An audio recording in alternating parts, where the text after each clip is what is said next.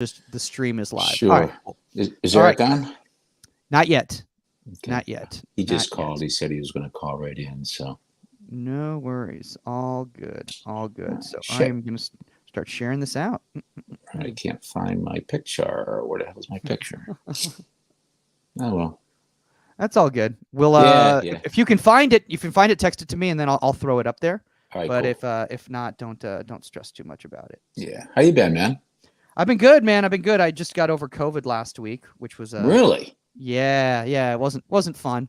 Wasn't a fun experience. So I lost your image though. I don't see you. You're just a blank screen right now. Oh, that's probably because I'm into my phone trying to. I'm gonna send you a picture anyway. If I got your number. Gotcha. No worries. Cool. Yeah, hold on a second. We're good.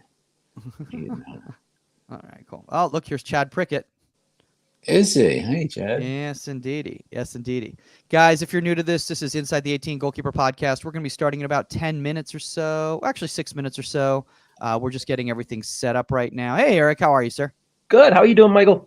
Good, man. Good to have you. Oh, Blodgett, you just sent this picture, and I am going to. It's 3 All-Americans that we had. So three out of our 4 right there. All right, let's see what we can do right here. So if I go to my virtual background, or maybe even Eric can do it. If you're on your computer, Eric, you could probably do it. Go ahead. Go to settings. You go to virtual backgrounds, and what I will do here is I am going to add that picture you just sent me. And oh no, it was sent as an HEIC. I have to make it a JPEG, so it will not pop up like that. You're talking way beyond my language. Way beyond. Michael, don't worry about that. I mean, we could speak. Don't worry about that. To be honest with you. All right, no worries. No worries. Sorry about that. It's part of my image here. Yeah, it's part of my image.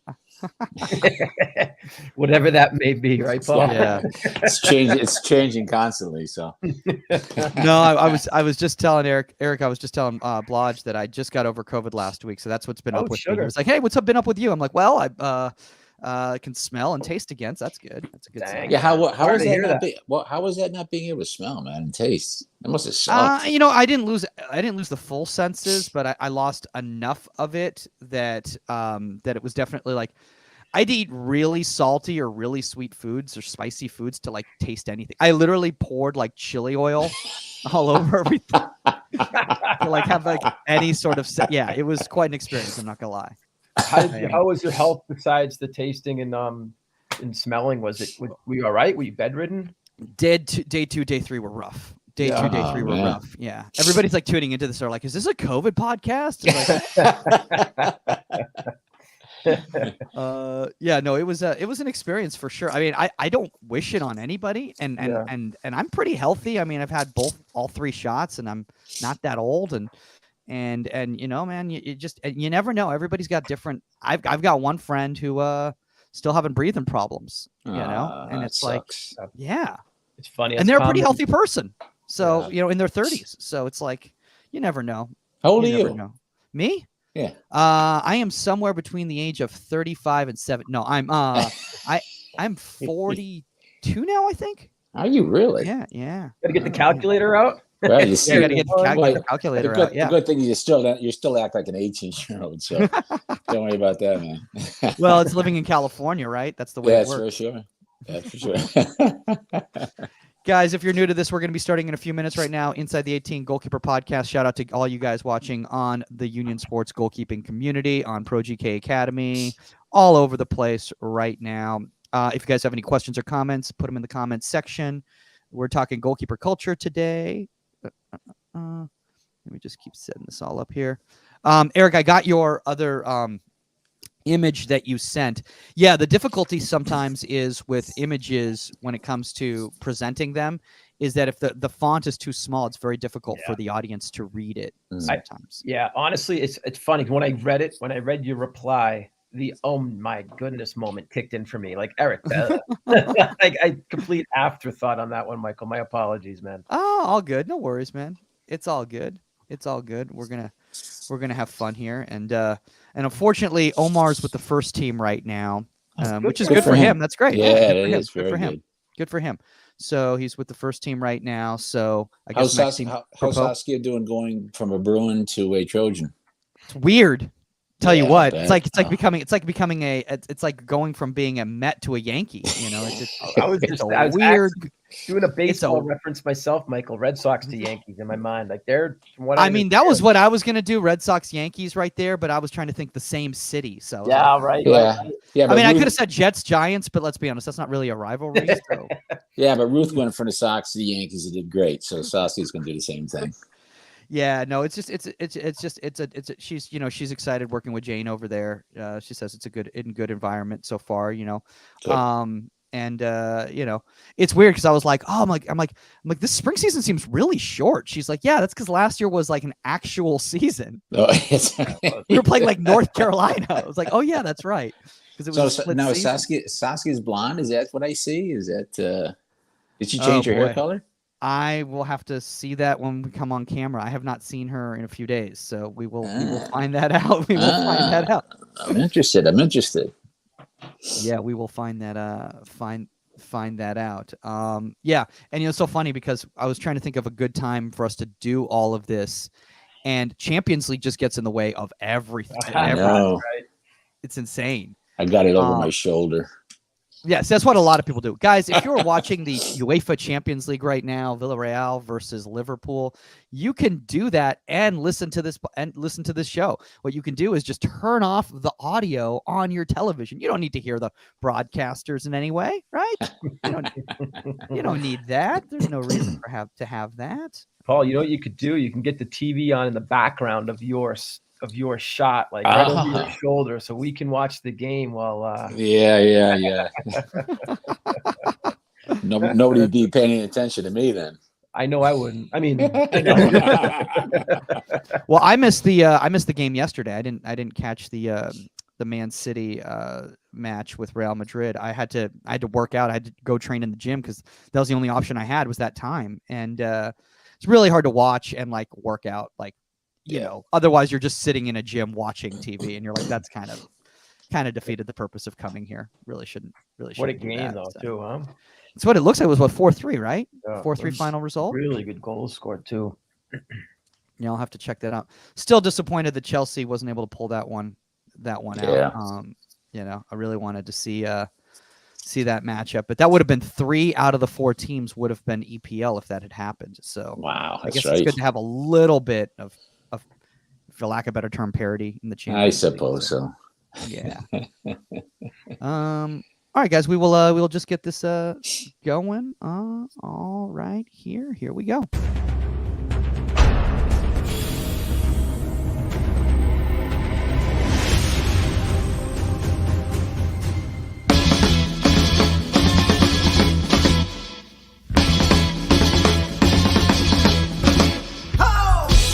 Welcome to Inside the 18. I'm Michael Magid, live from Hollywood, California.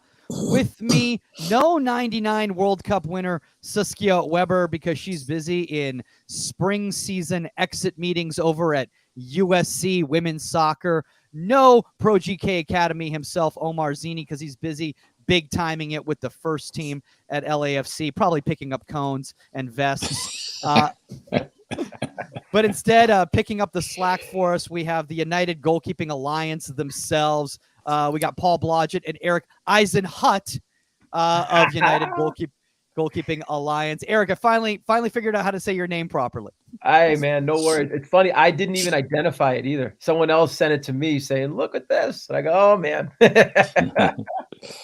All good, my brother. What's really funny about that is that I know this guy, his name is Aaron Maliner, right? His name's Aaron Maliner, and I've been reading it as Milner for like 10 years. And like one day I saw his like name like pronounced, and someone was like, ladies and gentlemen, Aaron Maliner. I'm like, wait, is your name Maliner? He's like, yeah, man, it's always been Maliner. I'm like, oh, I thought it was Milner. I-N-N-L, looks the same to me. So. And my brain plays the autocorrect, just assumes it's Hunt. That doesn't say it's Hut. So I don't know if I'm the only one that's ever had that situation, or if anybody else has done Hunt before. With all you, good. Erik. No, all good, man. Okay, Thank you. Yeah, no worries. So, guys, kind of before we start today's episode, because guys, we're going to be talking about goalkeeper culture and developing one in a youth club environment, which is, I think the most difficult place to establish a goalkeeper culture. Why don't you kind of catch up, everybody? Blodge, it's been a few years since you've been on the show. Eric, I don't think you've ever been on the show before. Correct. Why don't you tell people a little bit about what you guys have going on with the Alliance? Yeah, so United Goalkeeping Alliance, essentially, we have over 100 goalkeeper coaches that really just collaborate and work together, share secrets, to be perfectly honest with you, and not reinvent the wheel and just help each other out. We believe we're better as a collective unit than in our individual silos. And we really revolve around educating goalkeepers on goalkeeping specific topics. And from there, we're able to do side projects and hopefully impact the position, impact the culture, as we're going to speak to today, in dramatic fashion in the future. Now, speaking of that, obviously, Blodge, you've been around the game, for a long time. Let's just say we'll just put it that way. I'm pretty sure you invented goalkeeper coaching. I'm pretty sure that's yeah. It's pretty much what it is. Yeah, exactly. Why don't you kind of step into why did you want to get involved in a community like this that is either doing online education or grassroots kind of connecting with other goalkeeper coaches? Why did you? Yeah, that's a good question. I my whole shtick has been grassroots from the start, and I met Eric at the convention in Philly, I think it was, or Baltimore, I forget, through Matt Perella actually. And Eric told me about his platform, and it was something that really excited me because it kind of brought in it brings in a whole group of coaches from all over the place, and we share ideas. We have the ability of being able to reach out to a lot of kids, which is what I really like. But it also is establishing a platform for education for the position, which is something that I really value. Because I've been always all about trying to be honest with you. When I started my business, my goalkeeper school, the mission statement was continuing to work to put the position in its rightful place, the forefront. So, and that has a lot to do with the goalkeeper culture and how we approach it and how we sell it and how we respect it. So when Eric came to me with the platform of the United Goalkeeper Alliance, it was just, to me, it was like a perfect fit. And I really enjoyed it. I presented a few times on a couple of sessions, but we've been really directing ourselves lately towards this subject of the goalkeeper culture, because we both think, and the Alliance actually thinks, it's an incredibly important thing that we need to get going and make kind of educate people on a little bit more, I would say. I love the way you said the Alliance thinks like the I'm just thinking from Federation terms and Star Trek. It's the Federation. Actually. I got a tattoo now, man. It says, it's a kind of, you have to have a certain tattoo to be in the Alliance, Okay. It's an inside joke that Paul has yet to figure out, by the way. That's right. That's right. I'm still working on it. Eric, I see the logo behind you. It's very Captain Planet inspired or Earth Day inspired. I see a lot going on. There's a lot of kids watching this right now who are like, I don't know who Captain Planet is, and now I feel really old. The fact that I know who Captain Planet is. But was that the whole idea for the logo? Was that from a holistic approach? Kind of like people coming together. Is that what it was all 100%, man. And what we were doing is, with our marketing team, Mackenzie Pinto has been a huge player with us, the United Goalkeeping Alliance, and through a couple others, we just spoke to what do we want to symbolize, and we voted actually on the name, and we voted on the logo, because we wanted this to truly represent us and not just be dictated to the group. So we had all sorts of fun names out there. I wish I had them off the top of my head, but we probably had 6 or 7 different names, and we probably had 4 or 5 different logos, and these are the two that kind of won amongst the initial coaches. Wait, did you have a contest? Was this a fan contest? Was that what we had going on? It was just our coaches. Then we put it into a Survey Monkey type atmosphere, and we literally had the globe obviously represents the worldwide impact that we're looking to incorporate into goalkeeping education, and United Goalkeeping Alliance. We believe we're united. We obviously the goalkeeper position, and we want to form an alliance where we can help each other get to our next level, and whatever it takes. Because if we're getting better as coaches, the goalkeepers are just going to be the byproduct of this, and they're the ones that are going to benefit the most out of this. So it's been, that's pretty much the story behind that. Yeah. Was this all kind of bred out of the pandemic? Is that kind of where this all started? Like basically you guys had nothing else to do. You were sitting on your computers at home and you're like, I have nobody to talk to at home anymore because they don't want to hear about goalkeeping. So I have to start reaching out to people in remote locations around the world. Michael, honestly, there is some truth to what you just said, because this started maybe 3 years ago with trying to organize on the field training platforms in different cities. A lot of coaches they love to coach, right? But the business aspect might scare them a little bit. I have 20 years of business experience in corporate finance, and I want to utilize that. And I want to be able to help coaches get on the field more. Then the pandemic hit, and we really were struggling with how do we still impact our goalkeepers. So around 10 to 12 of us had started in 2020, 2 years ago. It changed from an on the field to an off field model. And we just started having casual conversations with maybe 10, 15, 20 goalkeepers. Then it just started growing. And then it became more, it grew, and it also became more like structured. And then we got a website, and then we went to a corp company, all because we wanted insurance. Like then it started growing, and now we're up to 100 coaches and around 300 individual members. So we're going in the right direction, man. It's been a lot of fun along the way. Some great people involved. Nice, man. Now, a quick question for you, Blodge. Obviously, you've been involved in the game at the youth level, and obviously in coaching education as well too. What is the benefit to having a community of coaches for the player? Being able to share the knowledge of everybody. It's you go in thinking that maybe you've got it figured out, and you've been doing a certain approach for a certain period of time.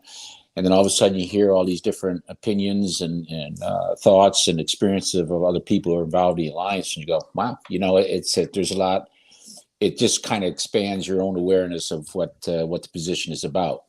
And I have certain thoughts about the way to do things, and I've been successful at it. But, now I'm kind of changing and incorporating other thoughts and philosophies from some of the other people.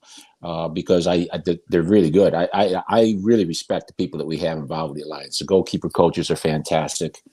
A lot of them are well versed in other parts of the game than I am. And I've dealt more with, as far as serious involvement with youth.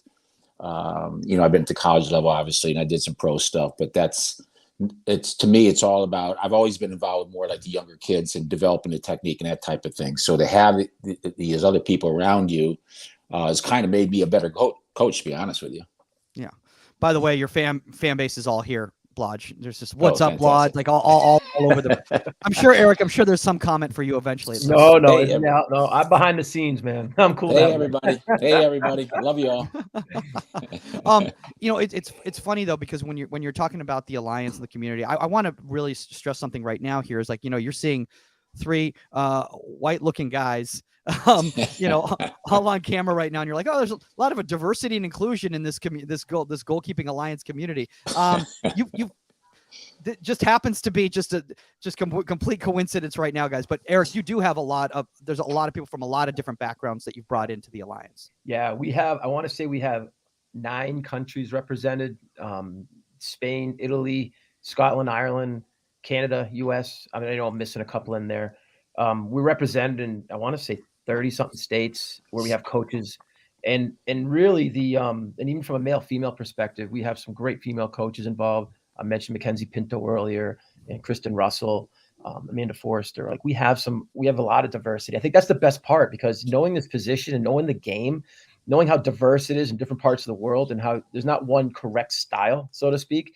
And this position is probably the one position that's the most dramatic, and from a diversity perspective on how to play it.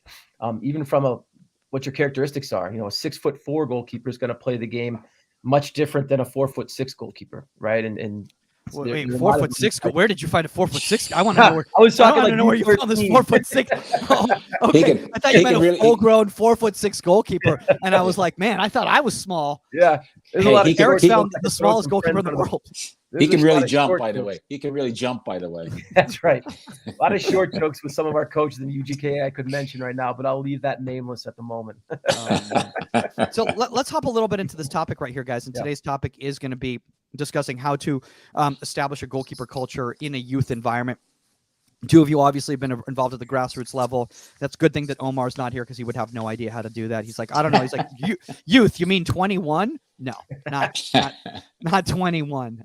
We're talking little guys here. Blodge, obviously, like I said before, you kind of been here since the beginning of kind of the genesis of goalkeeper coaching. What do we mean by a goalkeeper culture, quote unquote? Well, kind of a broad generalization would be creating a comprehensive and professional training environment that will offer all of the goalkeepers within a club or an organization like a chance to reach their potential. So, I mean, that's pretty broad. It includes a lot of things, but it's all about trying to present a growing environment that supports the growth and development of keepers in the club. And the problem of it is a lot of people think that just by having a goalkeeper coach and somebody out, or a trainer even, going over there and just train the goalkeepers, I think they develop the goalkeeper culture. But it's way more involved than that. I mean, there's multiple layers, and Eric and I have been talking about this extensively in the last few days, as well as pretty much every time we get into conversation. But it's time for people to really understand that you have to have a good, solid goalkeeper culture if you want to help these kids or any goalkeeper reach their potential. That's the thing. If you're just going to work out with the kids, train them, okay, they might go in and enjoy the game a little bit, but they're never going to reach their potential as a player. So the culture has got to encompass everything about the position, about the game, about the club, includes the whole family of the club, so that everybody supports the position and helps it raise it to where it should be. I mean, I always tell the kids, listen, when they number the positions on the field, what's our number? Well, everybody says it's number 1. Well, yeah, well, there's a reason for that. I mean, even Pep said you can't play, goalkeeper is the most important position on the field. And to hear a world-class coach say that, it's like finally saying, well, it's about time. I mean, we know the value of a goalkeeper, but we need people to say it. We need people to recognize it. We need people to support it. We need people to back it, so we can help these kids get to where they want to be. That's kind of like a general scope of what I think what we feel what the goalkeeper culture is. Yeah. By the way, I want to say this right now. I just put up this here. Facebook user says development for all ages, for all levels, from a variety of professionals. I'm assuming Facebook user is every Facebook user. So I think everybody on Facebook right now agrees that you guys are a variety of professionals. Eric, I want to ask you this because obviously, and guys, feel free to step in anytime you want. A lot of people say, okay, well, at the college level, the professional level, that's really easy to do because there's like 4 players and a few coaches, et cetera, et cetera. At the youth level, now you're talking about what? And, you've got 8s and 9s and 10s and 11s and 12s and parents and managers and coaches and,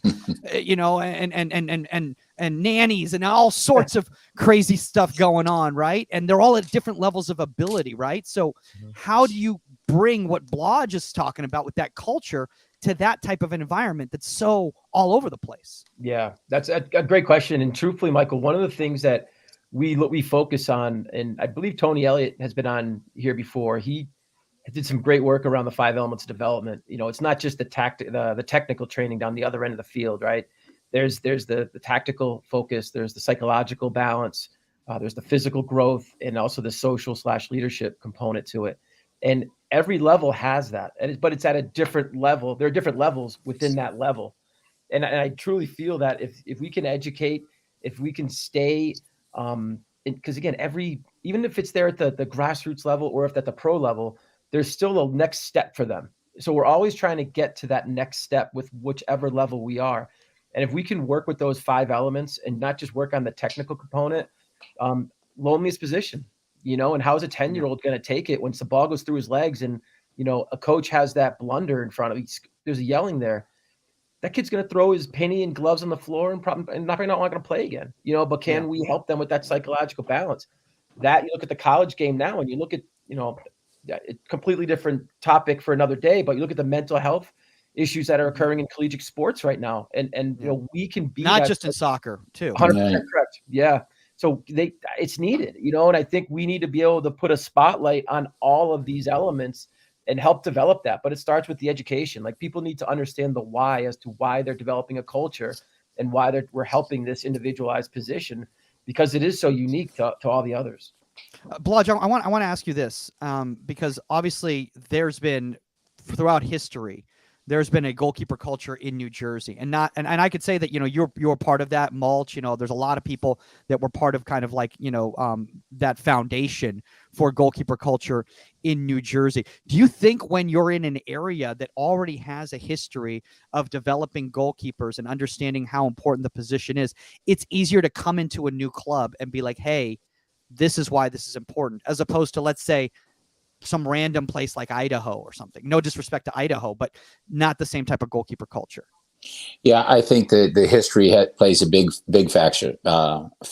And I don't know if it's just a matter of good fortune for me personally to have to come to Jersey and being kind of thrust into the environment that I was thrust into, and being surrounded by some of the people that already had made the position, brought to the forefront a little bit, to the attention of the and even up to the national level, obviously.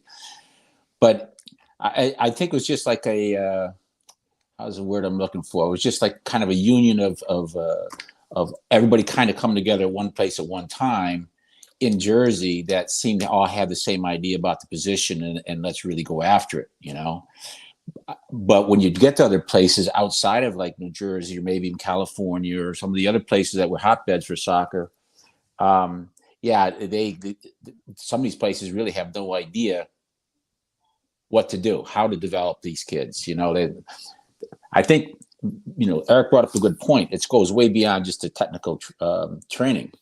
I think most people that get involved in a club team and are starting to develop goalkeeper programs, I think they just consider the fact that we're going to give them some technical training and they're going to be okay. And that's just like, talk about just the tip of the iceberg. I mean, that's obviously extremely important, but the whole thing of supporting their physical growth, their mental growth, their tactical knowledge, helping these kids is, it takes us to a whole nother level. And that's where I think we have to get to. I mean, Absolutely. I really love the fact that we're talking about this on your platform, Mike, because you reach an awful lot of people. And we all respect what you do and how many people you reach and the subject matter you cover. Oh, so good. I'll tell my parents that. Tell them respects what we're doing. Tell them Blodgett said so. Okay, and but it's important for people to understand that it's not just about training the goalkeeper. It's about developing them as people, helping them.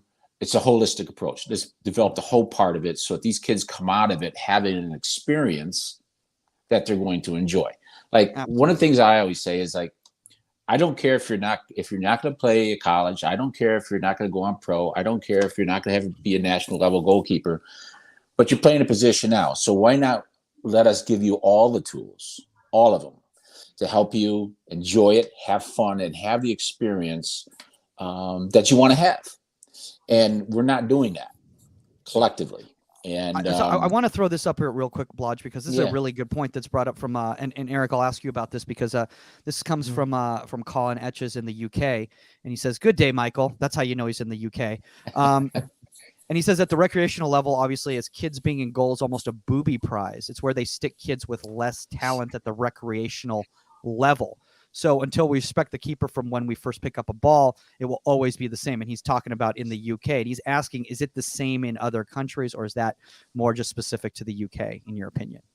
No, based on what I've seen from a grassroots perspective, it's a check the box exercise for coaches as well, in addition to the comment made. Meaning it's everyone has to play a half, you know what I mean? You just sit in half, put the gloves on, the penny on, then you're done for the season. And one of the things I always, when I'm speaking to townships, I always do you disagree with that though? Do you think I think every kid should try it though? I do too. Oh, I think, and the reason where I was going with this was when I speak to townships, what I say to them at the grassroots level is, let me run a goalkeeper session for all of your players. Because if you're sticking somebody in goal and they don't have any training and they don't even have any idea what a set position is or how to make a save the compound fracture issues that take place with the ball hitting the hands with the block instead of there's different hand positions. These kids are going to get hurt. The shots seem to develop a lot faster than the technical catching abilities do of goalkeepers. So for me, if they're going to play in goal, just from a safety perspective, the whole league, the whole 10 and under league, wherever that age group is, they should run a session for them, or we should run a session for them. And then, you might get some interest. You might get people saying, no way, this isn't for me, but at least they'll have an understanding. So when they do put their time in, they'll know what to do. And to the point earlier, that reputation does kind of precede itself, and that has been the way in certain times. But you're starting to see everyone has to play a half mentality too at the youngest ages as well. Yeah. I want to bring this up right here because Naren, I apologize, Naren. And Naren, please let us know where in the world you're watching the show from. We always like to know where our fans are coming in from. But he says there should be a goalkeeper's day. Yeah. Blodge, we just lost Blodge. I don't know where Blodge just went. So I'll just ask you, Eric, do you agree with that? There should be like a day where the club just goes, today is just goalkeepers. We're just doing goalkeepers for the club today. Yeah, I think at a township level, at that grassroots level, Naren makes a great point. I think they should have a goalkeeping day. Right now, the spring season, it just started here in Western Pennsylvania because of all the rain and the delays. But, with some of the townships, running a goalkeeper day is a great idea, especially if you have that rotation going into goal throughout the season. The other piece I want to mention too, Michael, is regarding the responsibilities and the things that come with developing a culture. It's way more than just the director of goalkeeping trying to establish this. And you look at what the director of goalkeeping does for a club. Literally they are doing the technical training. They're doing their tactical training in the team environment. They're writing individual development plans for the goalkeepers. They're doing game analysis and feedback. At least these are all the responsibilities. And not to mention, they're also that substitute teacher when a head coach can't step in. They have to fill in for them. There's a lot there for these goalkeeper coaches, director of goalkeepers to do, and their responsibilities. They need more resources, that's one of the things that we like to provide is an additional resource, not to take away what it is they do, but all we're looking to do is help them because we know that help is needed, at all levels, not just that grassroots level. I love what Naren just said here, and Naren, shout out to you in India over here, and Blodge, we lost you for a second right there. Yeah, but sorry. That's okay. But just to kind of give you a little bit of a background here, Naren over in India was saying, in his opinion at the grassroots level, there should be a goalkeeper day, and Eric agrees, where the whole club gets goalkeeper education. And I don't even think it's just the players too, Eric. I think it's the parents, the coaches, everybody gets goalkeeper education. And Naren brought up a really good point right here, is that you're also going to find out that day who's got the qualities, the actual qualities to become a goalkeeper. Would you agree with that, Blodge? Yeah, it's I do a thing with Scotch Plains here in Jersey, and what they do is on Saturday mornings we get together, and 3 players from every team that is like 8 to 9 to 10, 8 to 10. They take 3 players from each team, and they come in on Saturdays and they have a goalkeeper training session, and they rotate. Those 3 come in. If they like it, they can come back the next time. The next week, you have 3 new players come in. So it's a really good way to get these kids to be exposed to the position. Some of them, it's amazing. Some of them love it and take to it right away. The other kids, you can tell that they're timid, they're afraid of it. They don't understand it. They don't even want to try it. So I think that everybody should have exposure to the position, just like every player is a field player. You know what I'm saying? It's like, you never know. You might find a diamond in the rough. Your kid might all of a sudden take to the thing, and he's a really good athlete, and all of a sudden they shine, and now they feel good about it. It's definitely that should be something that's done at the youth level. Definitely. Michael, can I jump in on that? Yeah, absolutely. I want to support something that I think you said that I think goes undervalued. I think the education isn't only at that U10 level with everybody. Coaches, head coaches education, parents education is huge in upholding this culture that you're trying to bring in. Because if a head coach is contradicting what the goalkeeper coach is saying, or if they're not in sync, that's an issue. You know what I mean? From a very young age, that begins to become an issue. And if there's a way to educate the goalkeeper, the head coaches, on the goalkeeping position, why are we working on crosses in this certain technique? Why are we working with one-on-ones? Why are we playing a high line? And what's our connection to our back line? What are our communication styles? What should we say? What shouldn't we say? And I think having the goalkeeper coach being almost like an assistant on the head coach or for the head coach, and them being in sync is very important. And that can start at a young age with just basic understanding of what's a set position, what's the ball line, what's angle play. Some parents and some head coaches don't understand that, or even setting up a wall. How many times you see a coach screaming, setting up a wall, and the goalkeeper's just standing there like, I don't know what to do. Yeah. I mean, look, I want to bring this up right now here. I think one of the problems here is, if I'm playing devil's advocate from a director's standpoint, from somebody who runs a club here, is they go, okay, well, limited resources. So, and I will just straight up tell you this, like I personally think, and I approached a very big club about this recently, and I said, because they're like, oh, we need another goalkeeper coach for our club, actually, and I'm like, okay, but why don't you? Because they said, well, we lost so and so because they just weren't fitting into the philosophy of the club, the culture of the club, et cetera, et cetera, et cetera. And so we just need another coach to run those sessions at those fields. In my opinion, that's not solving the problem. Agreed. Because in my opinion, you need to go back and look at, okay, what are my resources and what is my budget at the club that I can allocate to goalkeeping education in general? That's the wide scope. That's working with the players, working with the coaches, working with the parents, et cetera, et cetera. That's how you develop a culture, not hiring another coach. If you got great, cool. You have 4 coaches, goalkeeper coaches at your club because you're such a big club and you have a different one at each field, but all they're doing is running technical isolation sessions away from the teams the whole time. You're not getting your best bang for your buck. And if that's how you want to do it, I don't know if I want to be part of that personally. You know, it's interesting, Mike. One thing we offer is when we bring clubs into the UGKA, one of the things we offer is not only is this for goalkeepers and their parents, but it's also for the goalkeeper coaches at the club, but also for the head coaches at the club. Rarely do we have head coaches attend, and I find that interesting. I really do, and here's a resource that they could use, or they can just say we need support here. But I think there's a little bit of ego in there too, but at the same time, it's disappointing to see that some of these head coaches won't look to educate themselves on our position. Yeah, Mike, I think you really hit it on the head. It's the part of the culture is the education of everybody involved. The parents it's very important for them to understand the position so they could actually have conversations with their kids on what's going on, instead of just having them sit in the car on the way home and the last kid remembers the ball going between the legs, they lost the game. And the parents say, hey, listen, you had a good game, you did the best you could. Well, that's not gonna really cut it, But if the parents understand everything that these kids have to go through, and understand the game better themselves, and the same thing, and I'm right on with Eric too about the head coaches. They just say, go ahead, take the kids off to the side, do your thing, and now all of a sudden they're bringing them into the team concept and the team tactics, and they still are not teaching the goalkeepers how to organize the backs, how to organize and set up in certain situations.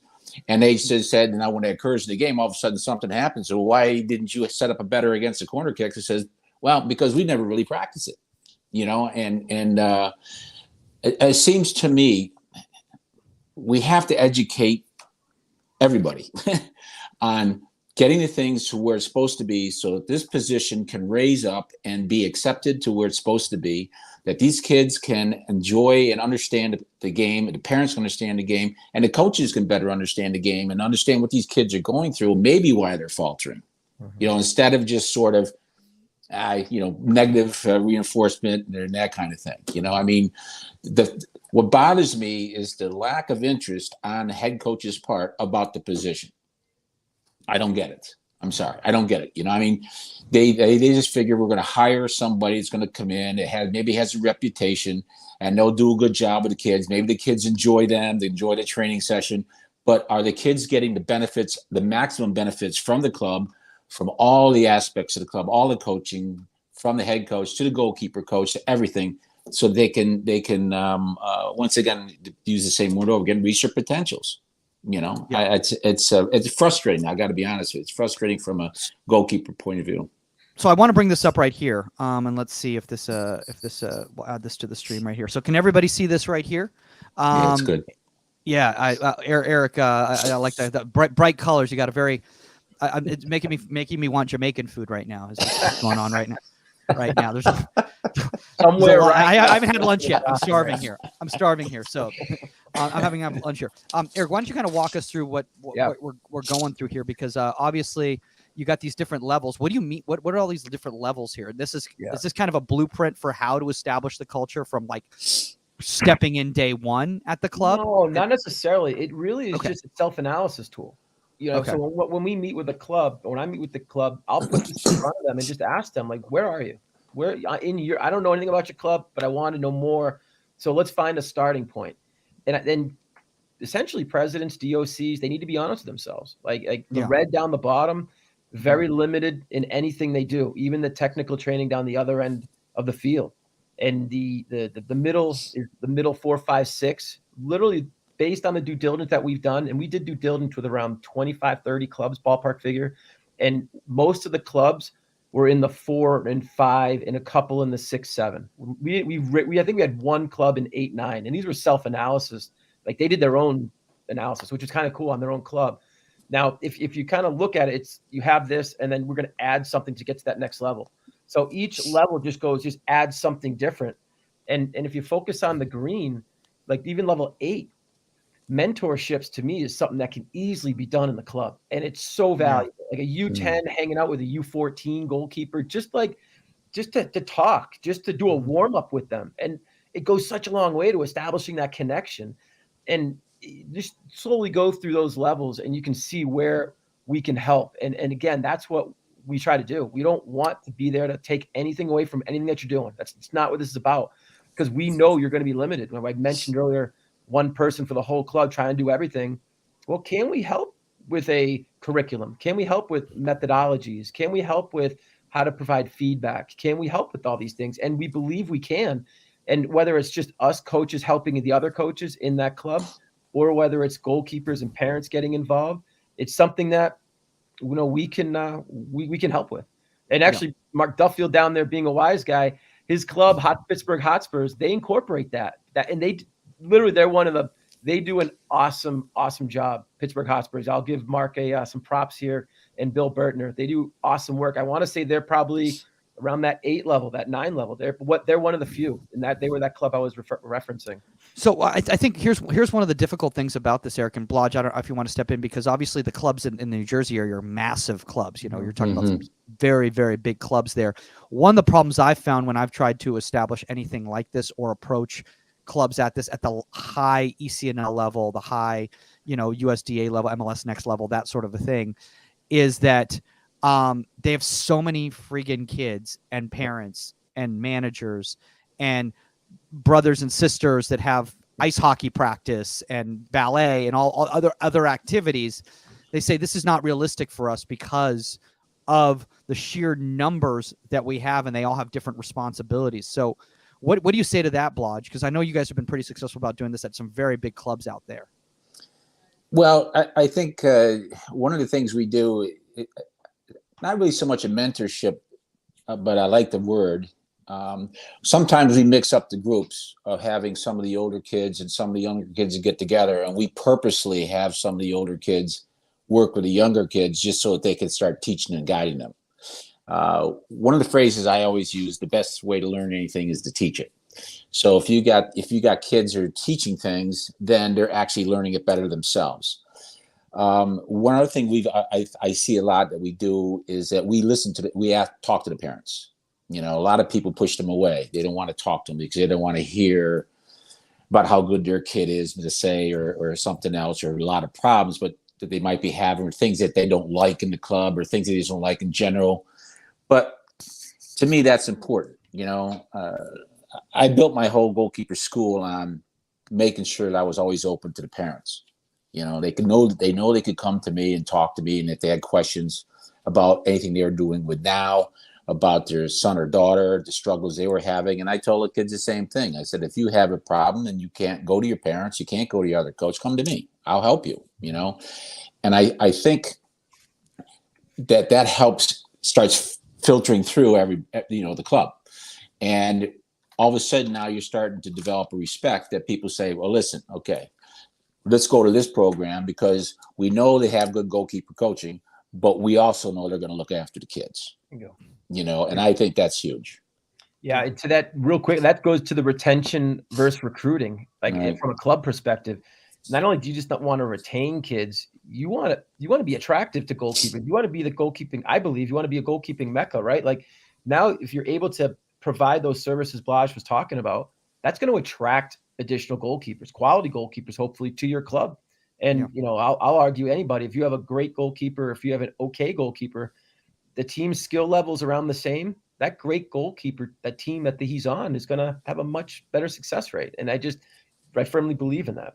Yeah. Now here's something too. And I think this goes for a lot of the young goalkeepers out there that might be listening, or to maybe players who might want to get into coaching. You can't be a trainer. You got to be a teacher. You got to be a mentor. If you're just a trainer, all you're doing is just working on something, and it might even be a mistake that you're training them. If you're a teacher and a mentor, that means that you're going to take each and every kid's ability, thoughts, feelings into play and help them on an individual basis to collectively come into the group so the group will get stronger. And that's helping to build a culture. So be a teacher, be a mentor, help the kids.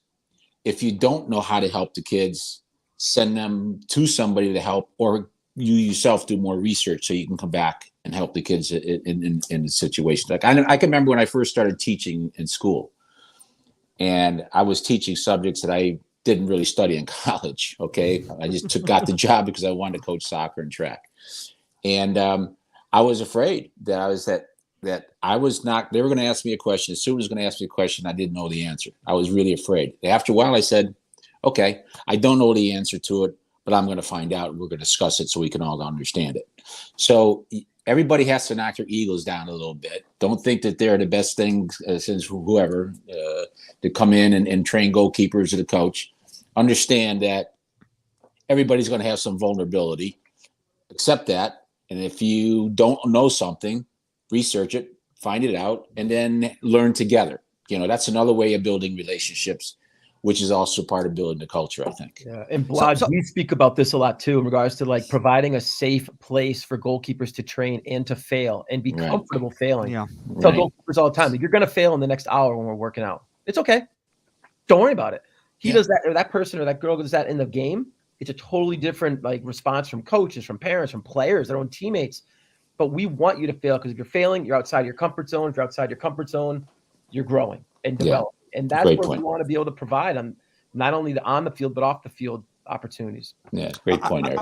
I want to bring this up, Erica, as well too, because I think one of the things here, this looks great in regards to self-evaluation and seeing where you're at and having this idea of how you want to approach this culture. I personally think, and I've made this mistake in the past, is you have to slowly integrate all of this into a club, because if you come to the DOC with this massive program and how to completely rework everything, they're going to be like, yeah, no. So it has to be baby steps, right? Yeah, 100%, man. And Michael, that's why I think knowing where the starting point is very important. Because if we now know they're at a level 4, okay, well, let's study what level 5 is. And let's work on what the differences are. And let's get you to that next step. Let's get you to that next level. And then, okay, you're a 6. Okay, let's get you to a 7. You're a 2. Let's get you to a 3. And it is. You're right, Mike. It's baby steps. Because if we go in there and say we're going to go from a 4 to a 9, you're just going to cause all sorts of commotion. People don't like change. The one director of goalkeeping who's responsible for all the goalkeepers in the club is absolutely going to pull their hair out. It just doesn't happen. I would say 98% of the clubs in the United States, and for those of you guys who are watching overseas, please let us know at the grassroots level. And I know at the professional academies it's a little bit different, obviously, guys, because of the resources that you have available. I'd say 90% of the grassroots youth pay-for-play clubs in the United States are at number 3. I would say 98%. You know, and I think that's a problem. That's a real problem. And in my opinion, I think, you know, Blodge, you can add on to this. I think it's a simple matter of just that they don't recognize. They say, well, we're getting goalkeepers to college. We're getting goalkeepers to the pros. Why do we need to change anything? You know, and my argument is like, the reason you are is because you have the best athletes in your area. That's why you're getting them. Athletes will get there, you know, but then how far advanced are they? How far could they have gone if you had given them better resources from the beginning, rather than them having to play catch up once they got to college? I can't tell you how many guys I've talked to or women I've talked to who at the Division I level have said, this is the first time I've had actual quality goalkeeper coaching, and they got to a Division I scholarship level. Right. Michael, here's the other thing. You mentioned 98% at level 3. Look what it takes to get to level 4. Let's use that as one of our points here. All you're doing now is going from one goalkeeper coach across all age groups, so a U10 and a U18 in the same goalkeeper session, and it's isolated once a week. So you're down the other end of the field and you're done. To get to that next step, can you break that down into categories or skill levels or age, whatever that breakdown might be, or abilities? And then can you add in a player evaluation? Right. So we're not taking huge steps to go to 3 to 4. And we believe those are digestible chunks. And each level, the next level up, we believe is a digestible chunk. Yeah. Yeah. And to go back to a point, Mike, to me, amazes me when I was at, TCNJ, one of the best women's teams in the country at any level, and how the kids, the goalkeepers would come in. They're technically pretty strong, obviously, good athletes, but were never taught about the game. You know, they came in, and that was the major part of my teaching for them. They reached them to the highest level they could play at the collegiate level, is helping to understand the game, read situations, how to recognize the situations, communicate what's going on, then execute. Yeah. You know, and once they were able to do that, then they tremendously enjoyed the game, and they were very good at it. You know, and the other point, I think, I'm trying to remember what you're saying. You're talking about the higher level kids, giving them the best of trying to give them the best whatever in your club, so they can go on and play a good level in college and so on. But I go back to the thing we were talking about earlier. What about the other kids? Okay, I mean, you might have 20 teams. Some clubs have even more than that, or some teams have left. Who cares? But in my opinion, you want to have every single goalkeeper in that organization max out to what they could get out of it, you know, and that to me is responsibility of the club, starting right from the board of directors right down to the coaches. You know, I mean, I think some of these clubs have to kind of look at themselves in the mirror and say, are we providing? They always think of like the wins, how many championships we've got, the teams, and always the last person, individual that seems to be thought about and trying to give them the proper resources is the goalkeeper, and that's got to be the top one. You know, I mean, we got to reverse this whole thing, and that's why this discussion is unbelievable. It's fantastic. I'm so glad we're having a chance to talk about it. I want to throw this up here right here because this is kind of just an example of and if it's a trolling thing, it's hilarious. If it's not a trolling thing, it's very humbling to Omar, who's not here right now. But it says Omar Zini was the best goalkeeper UC Davis has ever seen. Nice. And he was Big West goalkeeper. I mean, he was a very high level goalkeeper, and if it weren't for his injuries, he would have had a very solid professional career. So shout out to Omar. He put a lot of time and effort into it, despite the fact that he's not here with us on the podcast right now. But he was somebody at the youth level when I saw him at the Galaxy Academy he was going to get there regardless. You know, he was 5'11", 6 foot at 12 years old. You know, like he had a lot of these intangible tools, as well, the desire and all of that. And so the great kids are going to find a way. And I think you're right, Blodge. I think, Eric, I think that if we're not providing the tools, then those other kids that may have had an opportunity, maybe they weren't an Omar Zini level natural talent, but they had a little bit, if they had just had the right tools, would have ended up playing at an NAIA or Division III or junior college or whatever, because they never had those resources. They never had it. So any club that says like, well, we produce high level goalkeepers. Well, yeah, because you're in the New York metropolitan area, and just by osmosis, it's going to happen. Seriously, because of the amount of people that are in your area that are athletes. It's just going to happen, you know? Michael, so it's a really good point. One thing I was going to add, something as simple as watching the game.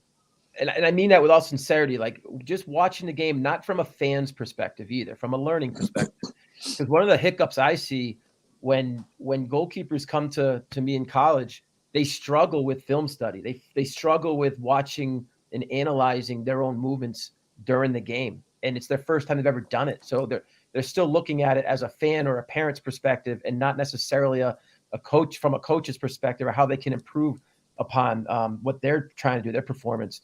And I think that just understanding, looking at game film, it's much different when you're looking at it on film compared to when you're in the moment during the game. And especially with younger kids, if you can show them, they're like, oh, wow, I didn't even know I did that. Okay, cool. Well, let's learn from it, right? Like, and I think if you can find those couple of moments, but you can also do that, watching the pros and watching games. I know it's a different level and a much different pace, but, you know, we can learn from Zach Steffen's mess up and with his ball at his feet last week. I mean, little things like that we can just speak to, and I don't know. Well, you know, it's like the beauty of television today. They got what 10 cameras all around the goal. Yeah. So when the goal is scored, you can see it from all different angles. And I always tell the kids, listen, if nothing else, just watch the Premier League goals of the week. You know, and they will go over, and you will see whether it was a goalkeeper error, goalkeeper positioning, if it were a defensive error, just a brilliant play, you know, and the more you see that, the more you understand about the position. Now, when I worked with Tim Howard in his camp, one thing I loved about Tim is that he was always such a hands-on guy with the camp. And I can remember him taking the older group to the side, and he was explaining nuances of the position to them.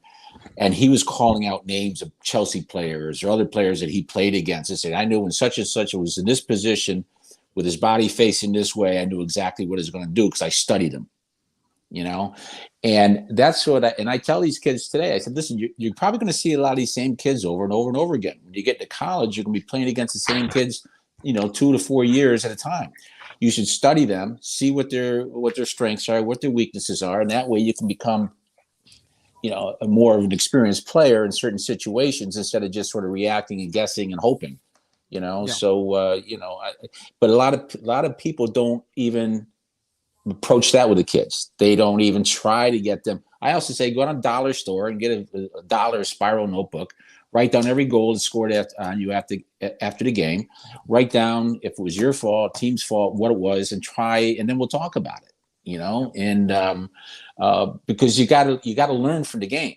That's the best educator by far and away.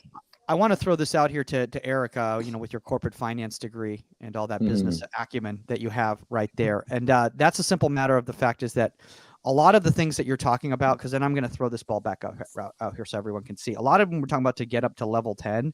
Mm-hmm. Well, again, that requires resources, and that requires extra time on these coaches' parts. And I think one of the reasons that, and tell me if I'm wrong, that a lot of clubs don't get to a level 10 or a level 9 or a level 8 is because they won't commit that type of money into the coach. And a lot of goalkeeper coaches, and this at the lower levels and even at the high competitive club levels, do this to supplement their income. They don't do it as a full-time thing because they're not making enough to do it as a full-time thing. So they either work their own academies or, they coach college as well too, or an outside job outside of soccer or whatever. So what do you say to these clubs to say, okay, you have to compensate these coaches fairly in order to get to a level 10. How do we do this and not break your bank? Yeah. I mean, and when it comes to the resources part, that's without doubt probably the biggest stumbling block. Mm-hmm. And I can't stress that enough. I mean, we've had many conversations with clubs, and to your point earlier, Michael, that the green, the 8, 9, and 10 levels, those are your professional academies, right? Like you're going to see those at that level. Your cup club teams are really in your yellow, for the most part, and some in red too. But to your point about the additional resources, if you're looking to get to a green, you're going to have to put some resources behind it, but you're also going to have to do your due diligence as to what it's going to take to get you there. If you're at a 4 and you're saying, I want to get to a 10, well, then there's going to be you have to understand that's going to come with a sacrifice from the club, whatever that is, wherever those resources are, there's going to be a sacrifice financially, additional resources. It's on you. But if you're at a 7 and you're looking to get to an 8, the financial investment really isn't that much. And I can't support, it's not like you're adding staff, right? This is your things that, something as simple, and I'm going to add the UGKA to this. If the United Goalkeeping Alliance can help your goalkeeper coach get to that next level, the financial requirement is minimal compared to the benefits that you'll get from working with the goalkeeper coaches in the UGKA.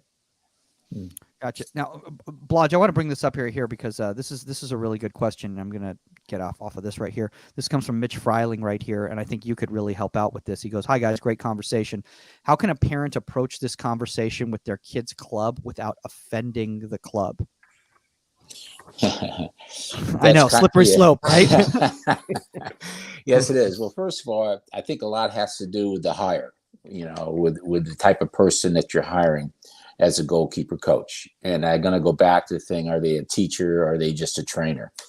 If you're dealing with a person that's just a trainer, it's going to be probably a little bit more difficult to try and pick their brains as far as some of the deeper parts of the position that you might want as a parent might want to understand, as well as maybe what your son or daughter might want to understand. But it also comes to the point, it is your child, and if you're not happy, if you see something as a parent that is rubbing you the wrong way ethically, maybe morally is maybe not the word, maybe those words are too strong, but there's something in there that you're seeing that you don't like because it's not the way you are. It's not who you are. It's not the person that you are. It's not and it's not what you're trying to see being developed in your kid. Then I personally think that you can approach them. And here's another thing: if they are receptive and they listen, as long as you're respectful as well, and you approach it in the proper way, not like a jerk or something like that. If they don't listen and if they don't care, do you want that person mentoring your kid? Then maybe it's time to go on to a different program where you're going to try and find somebody who's going to look after your child a little bit more and help them a little more and develop them a bit more. Yeah. But I get it, and that's why I've always approached the parents. I don't wait for them to approach me. I want them to know what I'm teaching the kids. I want them to understand what's going on. I tell them, you got a question, come to me and I will help you figure it out. Okay. Whether I have the answer or not, we'll figure it out. Okay. Because I think what it really comes down to, guys, is as a person who's involved with this position and you're developing the kids, you have to kind of take individual cases in the hand. You can't just treat everybody the same because it doesn't exist. Yeah. Especially in this position, it definitely doesn't exist. So approach them as a parent, especially if it's something that's really rubbing you the wrong way. There's no reason keeping it inside of you anyway, is it? So, I mean, I always say, if there's something that's bothering you, let's talk about it. Otherwise, it's going to fester. And then it might get to a point where it's going to blow up, and you don't want that to happen. Yeah. And once again, if they blow you off, well, then okay, is this the person I want my son or daughter to be under? Yeah, Eric, I got a question for you, because obviously, you having these conversations with different coaches in different areas, and obviously different clubs, and trying to, introduce them to these, just for lack of a better term, non-traditional concepts. And by non-traditional, I mean is in like traditional goalkeeper coaching in the United States has been for 1,000 years. Goalkeepers in isolation on the side for an hour, go back to your team, and that's what it's been.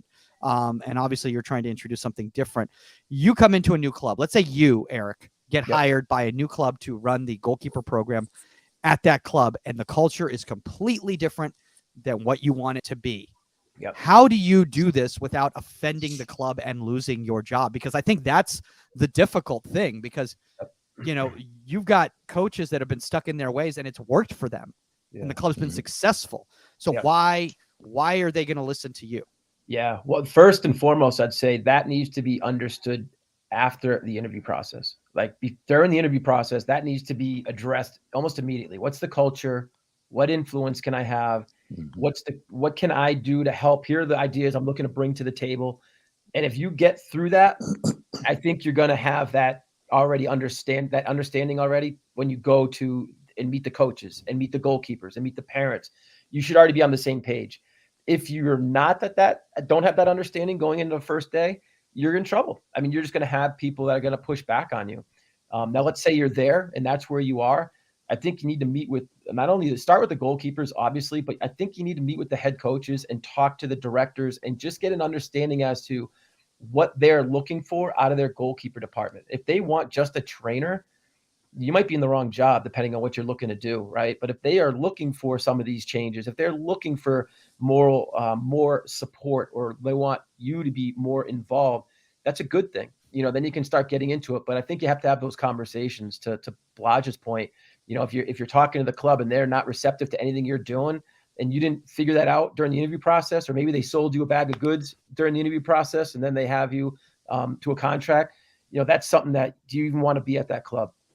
But I think, to kind of play devil's advocate here, and Blodge, you can step in right here. If you're a young coach, if you're 22, 23 years old, right out of college, and you're trying to build up your resume, and a pretty successful club approaches you about a job, I think a lot of times you just say, I'll take the deal with the devil because I want to get it on my resume. And then but in the long term, you're probably hurting yourself, right? Yeah, I agree. It comes down to what path do you want to take? What do you want to be actually when you grow up, kind of idea. I mean, if you want to develop, if you want to be a part of developing goalkeepers and be an excellent goalkeeper coach and develop into an excellent goalkeeper coach, there's steps you got to take. The first one is kind of always be professional. Make sure your sessions are organized. Don't be a player, be a coach. What I see it with a lot of younger coaches, they want to get in there and fly around and do their thing and impress the kids the fact that, I still can do this stuff. And is that really going to teach the kids something? Might get the kids going, oh, wow, this guy's really great and it's fun, that kind of thing. But is it going to translate into them really being a good teacher? And then when you go into a club too, you got to kind of, tread lightly a little bit, maybe, depending on how old you are. If you're younger, you would want to go around and maybe watch the coaches coach their teams, get behind the goal, go up and ask the coach a little bit, okay, why are you doing this? What's going on here? What do you think about that? Without being confrontational, just be acceptance of what you're learning, and understand that you have a lot to learn in order for you to be able to handle this position in all aspects, under pressure, what level club you're at, if there's a great deal of success, if there is no success. You got to take it in slow steps. You can't go bullheaded in there and thinking I'm the guy and I'm going to get this done, because you're going to struggle. And to be honest with you, head coaches have pretty good egos. That's why they're head coaches. And if you go in there and you clash that ego, you're going to have a problem. So, you got to tread lightly at first, I would think. Well, I think you just brought up a really, really big mistake that I think a lot of coaches make, and whether it's young coaches or older coaches, is they come in and go, and they're like, I know more about goalkeeping than you do. And that is, I think, and I've made that mistake in the past too. And I did know friggin' way more about goalkeeping than any of them by a long shot, but you can't do it that way. Yep. Yeah, because that offends them. These are people that literally spend their lives coaching soccer, and you're telling them they don't know a part of the game. And so you're absolutely right. There's different ways to incorporate. And by the way, there's a hell of a lot I didn't know about midfielders and wing backs, and how to combine and false nines and all that stuff. And so I have to be humble and recognize the fact that maybe I can learn something from them too. Bingo. Yeah, I agree with that, Mike. And I think that if you can have those conversations with coaches, understanding what is the club's tactical philosophy, right? What do they do? What do they stand by? What's their mission statement? What's their formation? Do they have one? And if you get that information and you can start to talk to clubs about, or coaches, about, okay, here's what I'm hearing about how it is you play. Here's what I'm looking to do then with my goalkeeper, your goalkeepers, based on this information. And if you can get them to get them to say it's their idea, that's a great idea. You go ahead and do that. Thanks. Yep. I think there needs to be some of that. You can't just go in there and just tell them here's how it's going to be. It doesn't, in any aspect of life, it doesn't work. Relationships, with anything. It just doesn't work that way. You know, I mean, when that, go ahead, Blodgett. sorry. I got to say, one thing that I thought COVID helped with the club with the big club that I'm involved with, is the fact that we couldn't train goalkeepers for a while because you get all the goalkeepers from all the teams, and if one of them got COVID, it would affect all the clubs that they're involved with. So what we did, we stopped the technical aspect. You know, we stopped those training sessions, and instead we went around. We each had a number of teams that we went around. We would get behind the goal, talk to the keepers, and then get up to ask the coaches some questions. What are they doing? You know, how you think about this? And then all of a sudden, they start asking you. And then at the training session, they would say, okay, you know, Blodge, what do you think about this? And then now when we go to games and observe the kids in the games at halftime, because we've already established a relationship and we both kind of want to make sure we understand each other and that we're learning from each other. Now they say at halftime, okay, what do you see? What do you think you should be done here? Blah, blah, blah. And it's, I think that's something that should be incorporated a little bit more. I know there's clubs that will go, okay, we have 3 training sessions a week, and then, you know, we go to games on the weekend, or sometimes we go to team practices. I think being involved with team practices a little bit more would be very beneficial. Yeah, but again, the team practices thing, you have to recognize as a club, as a director, that you may, if you don't have the money to cover the coach spending more time out on the field, you may have to sacrifice some isolation training. And I think that's a big problem, Eric, is that a lot of going back to this right here, they think X's and O's is so much more important, or technical training is so much more important than everything. And I'll be straight up honest with you, Eric, and I know you know this, and Blodge, you know this. Most of these kids at these elite clubs, they're already getting technical training. They're already at Blodgett's academy. They're already at Eric's academy on the outside. So all you're doing is more reps. You're not bringing anything new to the table they're not already getting. Yeah. You couldn't, Michael, you're 100% right. You're 100% right there. And I think you got to coach from within the goal. And this just gets into my opinion. Like, I love standing in the dead center of the goal, right under the crossbar. And then the goalkeepers are like, what are you doing? I'm like, if you're ever in this position, something bad happened. Like, if you're in this position, we're in trouble. So I'm just going to sit here and walk with you and help you connect with your back line. Speak to the tactical issues. Like, because the tactical issues at a U10 level compared to a U18 level are so much different. U10, you're looking at probably breakaways coming in all the time and a lot of goals being scored that way. Obviously, at a U18, much different. There's a buildup. There's some things happening. There's some tactical understanding happening there. So I think if you can coach from within the goal and speak to the goalkeepers and have them understand the game, which we were speaking to earlier, it goes so far. It really does. It truly, I mean, they need to understand and be confident.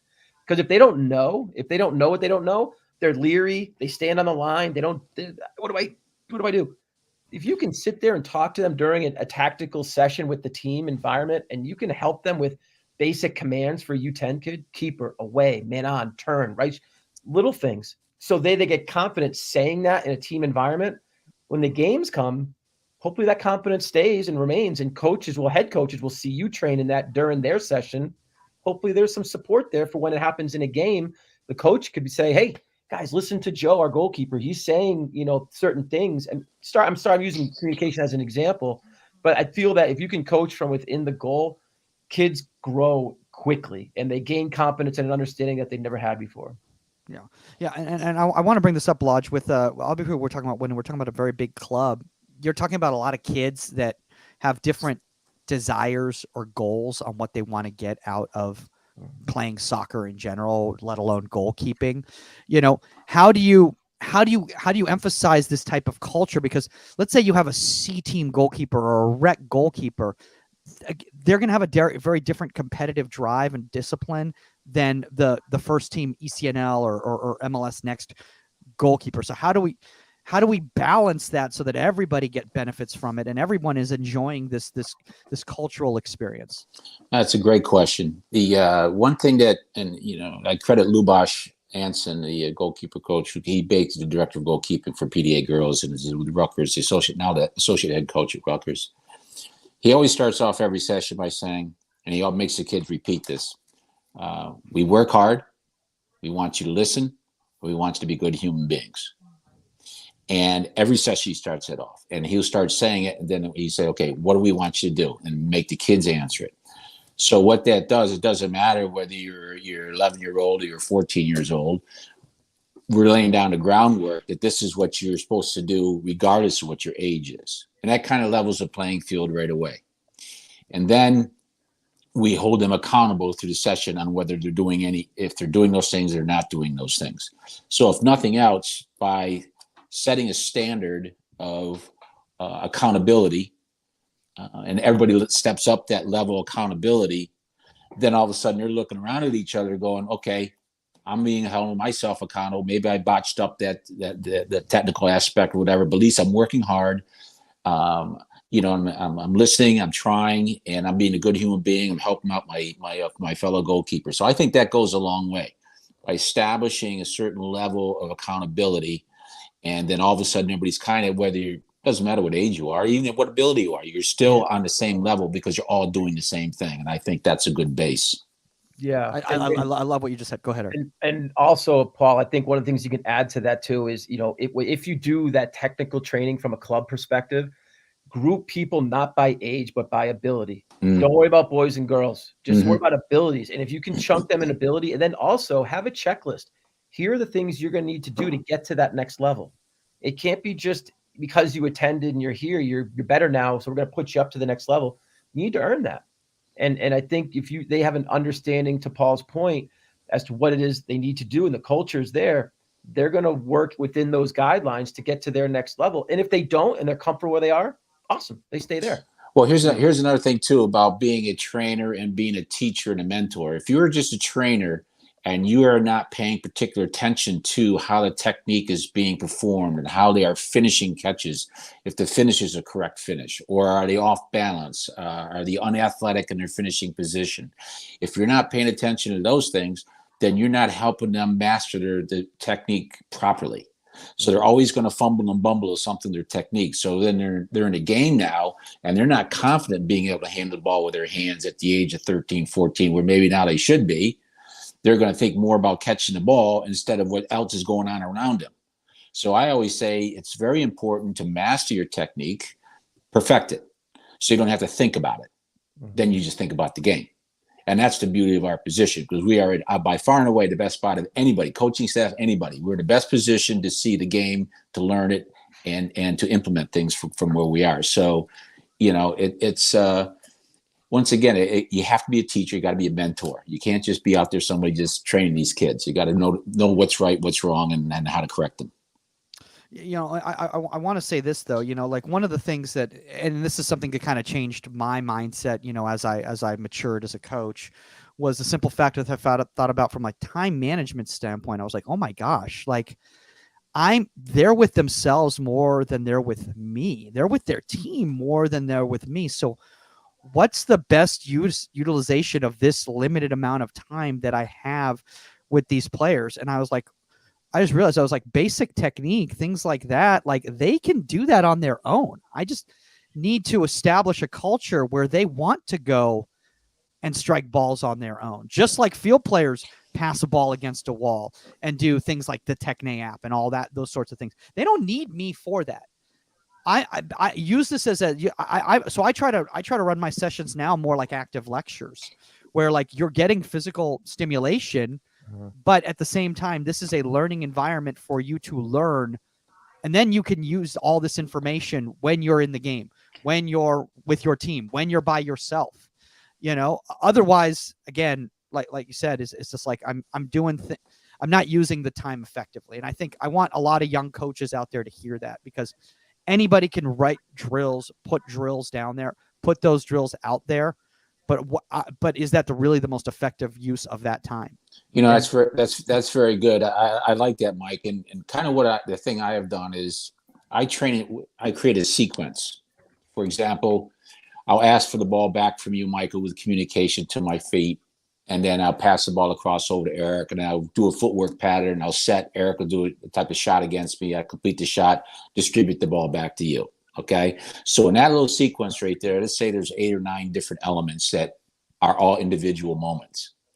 And it's amazing when you set that up, like an activity up like that, how many goalkeepers only really are in 2 and concentrate in 4 out of those 8 or 9 moments. So I just tell them, you're not completing the song. You know, you're playing a measure here, you're playing a measure there, but you're not staying within the moment. You're not completing the sequence. So therefore, you're not training your mind to stay in each moment like you have to in the game until the ball is released from you and I get a chance to relax. So it's a matter of consolidating your training to do multiple things in a simple session. Like I'm sure you all have seen it. Like a kid will collect the ball, and now he's got to go over and receive something from another server, and you distribute the ball off to the side and it'll go rolling off, 15 yards away for this. That's not acceptable. Tosses it 20 yards, and you're like, what? What was the point of that? Exactly. So, like when I worked with Billy Gaudette, when he was playing with the Metros or with Red Bull, Billy Gaudette was such a professional that he wanted to know where the balls go to next. And what he would do, he would make a catch, and then he would make an additional little game out of it, of like a bocce ball thing, where he would roll that ball so it'd stop exactly where you wanted it. That's how intent he was into each and every moment of what he was doing. That was a pro. Okay. So the kids they might stay within the catch, maybe not even fully stay within the catch because their finishing technique might not be correct. They might bowl the ball bouncing with the wrong foot leading, not communicating. So you have to correct that in real time to the point where they stay within all moments. Now, all of a sudden, you can push them to a different level because now they understand what the sequence is all about, and that translates into the game much more easily, I think. Yeah. Can I jump in real quick? I want to piggyback on both your points. And Michael, I liked how you were speaking to the ongoing lecture and how you train now. Mm-hmm. I firmly believe that I try to implement game situational awareness into my training sessions, and then take the technical component that you're going to focus on and put it in that setting. Exactly. So you know what I mean? So I mean, and this is something that and this is modern goalkeeper coaching, in my opinion, is the direction that we've gone in coaching. And I can't tell you how many clubs out there don't understand this. When I approach them. And they get upset. They're like, this looks like chaos. This looks like a disaster. I'm like, that's what the game is. The game is chaos. The game is disaster. Yeah. The game is in possession, out of possession, organic moments, not announced service. That's what the actual game is. Yeah. You're still working on technique, but it's incorporated within the pictures, within the scenarios, mm-hmm. as opposed to the technique being the session. Because, like I said, you can get an app and do that. You go on YouTube and watch videos and do that. That's not coaching, in my opinion. And Michael, that's where a lot of, from our sessions, all of it revolves around specific in-game moments for goalkeepers and the education, the identification, and then not only identification of that specific moment and speaking to it and educating, but also there are the 5 elements. Back to here's the technical component. Here's the tactical understanding of what's happening and why this occurred during a game. Here's what Here's what you need to do from a physical perspective. And if everything goes wrong, your psychological component and your social / leadership are going to take a hit. So how do we take all of those elements and put them into the game situation during a training environment? And I think a lot of it can happen in this setting that we're in now, where we can show film, game moments and learn from them. Well, that's the thing I would say is so if you're a director listening to this right now or watching this right now, and I know we need to start wrapping up because everybody wants to watch the second half of the Champions League, but but if you're listening to this right now, I want you all to hear that what Blodgett is saying and Eric's saying, and a lot of way smarter people than all 3 of us are saying, in the goalkeeping world out there, is that every session doesn't have to be physical exertion to the point of exhaustion. You can add different layers and different colors into your session so that each session has a specific reason for what you're doing it. And some of them might not be the most physically taxing sessions, and that's okay. Yeah. What's wrong with one day saying, you know what, guys, no goalkeeper training today on the field. We're going into a classroom session today. Yep. Exactly. At the office. And now why? Because the parent gets upset that they came out there for their kid to get exercise. That's why. I'm you're right. Straight up honest. 100% right. Straight up honest with you. Yeah. And then Michael, with that, then that's the additional resource that we can supply. Where if they don't have the time to put into that, Like one of the things that we do is we'll educate kids on, like, say, on Sundays. Our coaches, I know a handful of coaches that'll use that for their session on Thursday. So you've already had an understanding as to what that exact moment they're going to train it when they come to that session on Thursday. They know the moment, they know the technique they're going to study or perform, and they can just implement everything right into the session. And it kind of goes hand in hand with coaching and education. Gotcha. Well, guys, we're going to start wrapping up right here because Okay, cool. I kind of want to see the second half too. I don't even know what the score is right now.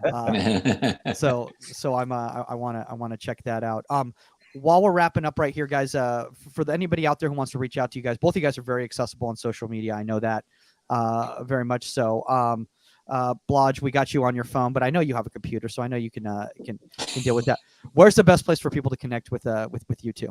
Actually, me would be my email, which is pblodgett@earthlink.net. Or you can contact me at my website, which is www.NJ Goalkeeper School. Should be pretty easy to remember. NJGoalkeeperschool.com.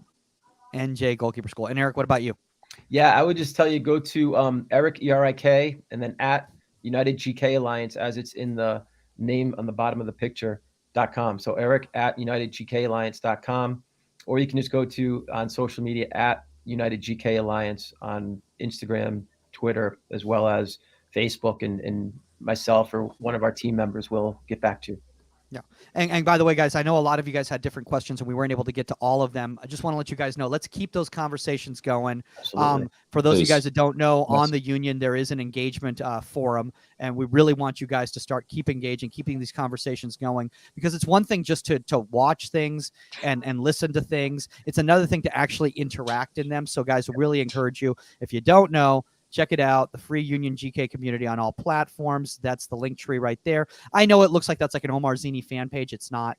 It goes to both the Google Play and the Apple Store for it, or you can just go to the desktop unionsports.com. Why the Union Sports? It's not just goalkeeping, guys. We started with goalkeeping. We're going to be expanding into other positions, other sports, but the Union GK community is something near and dear to our heart that we started. So please check that out. Keep those conversations going. We'd love to get you guys involved and sharing knowledge there and engaging in those forums as well too, guys. If you have questions or comments regarding the show, guys, or a topic suggestion or a guest suggestion, just contact at insidethe18media.com or at Goalkeeper Podcast on all socials. If you want to reach out to me directly, michaelmagidcomedy.com or at michaelmagid are the best ways to do that, guys. Shout out to all of you guys who've been coming to the comedy shows. We had a couple coaches from Cal State LA at my last online show on Sunday when I had COVID. They decided to come by. I was like, did they accidentally think this was an Inside the 18 episode? Very different experience for them. But shout out to all you guys who have come in person. I know we've had a few guys from University of Colorado and all sorts of different places who've come out to comedy shows. All right, guys, we're going to watch that second half of the Champions League right now, guys. That's all the time on Inside the 18, and we are out. Later, guys. Thank you.